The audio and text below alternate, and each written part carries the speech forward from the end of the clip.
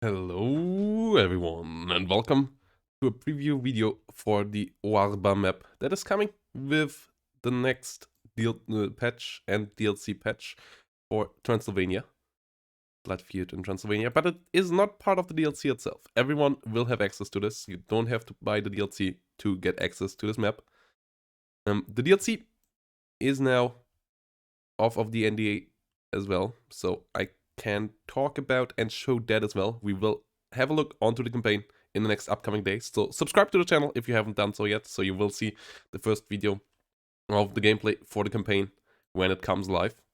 And also like this channel so that more people can see this lovely, beautiful map, and YouTube is recommending it to more people. It's much appreciated, guys, if you do. So yeah, big thanks for that. And let's have a look on this gorgeous map with a great idea.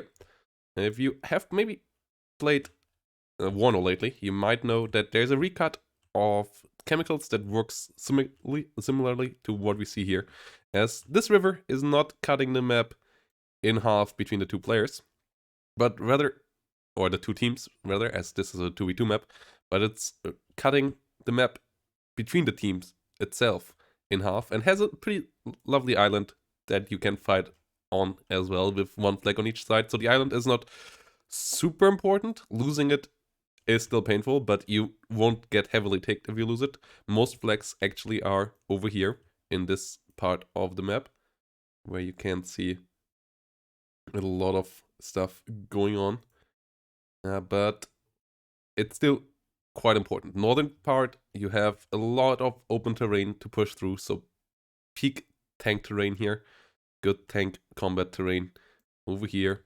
Then you have solid infantry combat grounds over here on the island. It has 4 bridges, so you can access it somewhat well as well.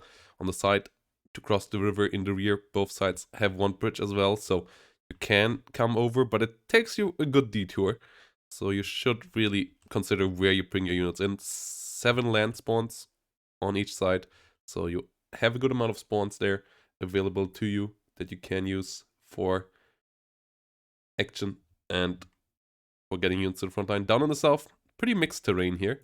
You have a relatively open lane once more down in the south, but much thinner than in the north. And then you have good tree lines here, good buildings, a church, flag positioning, 3 flags in the center, 2 flags here in the south.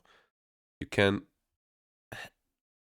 push pretty deep for some flags as well. Maybe a bit too deep here. These flag positions are kind of untouchable mostly, I would say. But yeah, the center here with 4 flags provides for interesting terrain. In the north, 2 flags that are absolutely pushable as well. And then the river, so 6 flags on each team that are under heavy contest. And then 6 more flags in the rear on each side's team side to allow for some deep action if you get there. So really lovely map. I like the idea of this river way more than the horizontal river that just splits the map like this way. Like those maps I'm not a big fan of. But with this kind of river, it's more so making the map more considerate of where you put your units. You can't just help out your teammate as easily, but you still can again engage the enemy quite easily. And if you push deep, you get rewarded by being able to cut off the enemy here from coming in. But it's not a, oh yeah, enemy just can't come over. Whoever pushes over the river is at a big disadvantage. No, you can access the island pretty easily at the beginning of the game on both sides. Enemies shouldn't be able to contest that too hard at the beginning. And you can cross the river here at safe spaces as well, whilst these two can help out once you push deeper to maybe spill out to either side and put some pressure. Or if the red team, for example, pushes deeper, that they maybe could help out against the blue team on the island over here. But it's not the main focus. In general, map is pretty good. You have a lot of solid line of sights.